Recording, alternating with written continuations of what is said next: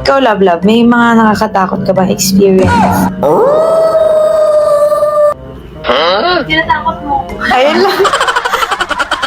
Tapos minsan, kaya na matutulog na kami. Minsan magkadikit kami. Tapos yung papa ko nakadikit sa kanya. Ganyan. Tapos sabi niya, paa mo ba yan? Tapos sabi ko, hindi. Sabi ko ganyan. Sabi niya, palto. Sabi niya ganyan. Hindi nga. Natakotin ko talaga siya.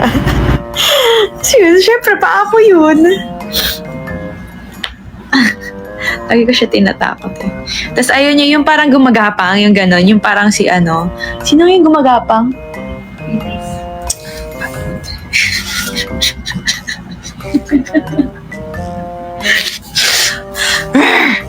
Basta parang yung paggagapang ka gano'n. Takot na takot siya. Tapos minsan kanyari, di ba nga na ano yung ano, I thank you, inspirational, na ano na yung ano, yung movie, in Day Zero. Tapos sabi ko, paano pag naging zombie ako? Tapos pinapractice ko sa kanya. Tapos tatawa lang siya. Kasi natatawa siya.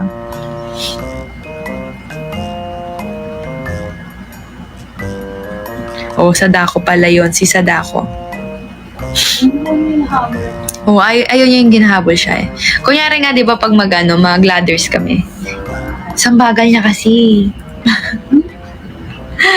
Sinibilisan ko. Natatakot siya. Kahit kay Ate Gia, pag ginaganon siya, uy, ano ba? Gaganon siya. A few moments later. Oh my God. Guys, congratulate nyo naman ako. Dahil doon na ako magluto. May dalawa na akong botaheng alam. Congratulations! Well, madali lang naman kasi magprito. Sabi ko kay Ella, yan, may ulam na tayo doon. Dami na yung ulam natin. Kasi sabi ko dati, hindi talaga ako marunong magluto. Prito lang, ganun. Tapos, yung mga lutong bahay talagang asin, yung mga sinigang, adobo, mga ganun simpleng luto, hindi ko talaga marunong.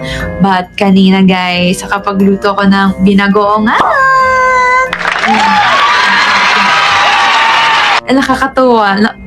Kulang lang siya sa bagoong, pero nakuha ko naman yung ano, yung lasa na gusto ko.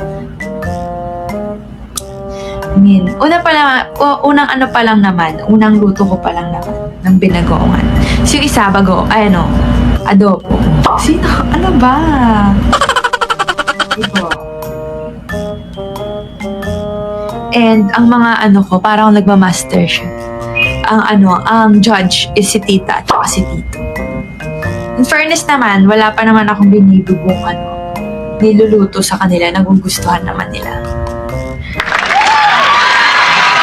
Next naman, nag-request na naman yung isa. Gusto daw niya Bicol Express. Sabi ko, naku, mahirap yun kasi may gata.